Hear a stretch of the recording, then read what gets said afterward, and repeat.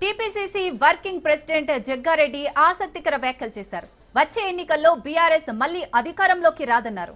ఆ పార్టీలో వాళ్ళే కొట్టుకుంటున్నారని, మళ్లీ అధికారంలోకి వచ్చేది కాంగ్రెస్ ప్రభుత్వమేనన్నారు. నా రివ్యూలకు వచ్చే అధికారులు భయపడాల్సిన అవసరం లేదన్నారు. మీపై ఆఫీసర్లు ఎవరైనా ఏమైనా అంటే తన పేరు చెప్పండి అన్నారు. గెలుపు ఓటమి తనను ప్రభావితం చేయలేవన్నారు. తన రాజకీయ ప్రయాణం కష్టాలతో కూడుకున్నదని, రాత్రుళ్లు జెండాలు కట్టి పగటిపూట ధర్నాలు చేసి ఎదిగిన చరిత్ర తనదన్నారు. కులం పేరు చెప్పుకొని రాలేదన్నారు.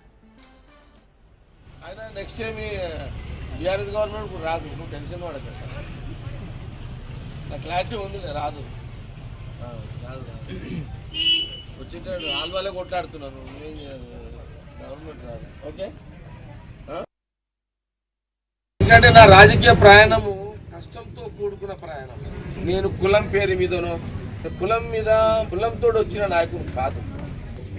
రాత్రిపూట జెండాలు కట్టి పగలు ధర్నాలు చేసి ప్రజల మెప్పుతోడు వచ్చిన లీడర్.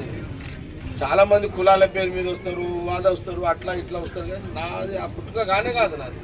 కాబట్టి ఈ గెలుపు ఓటంలో నన్ను ప్రభావితం చేయాలి.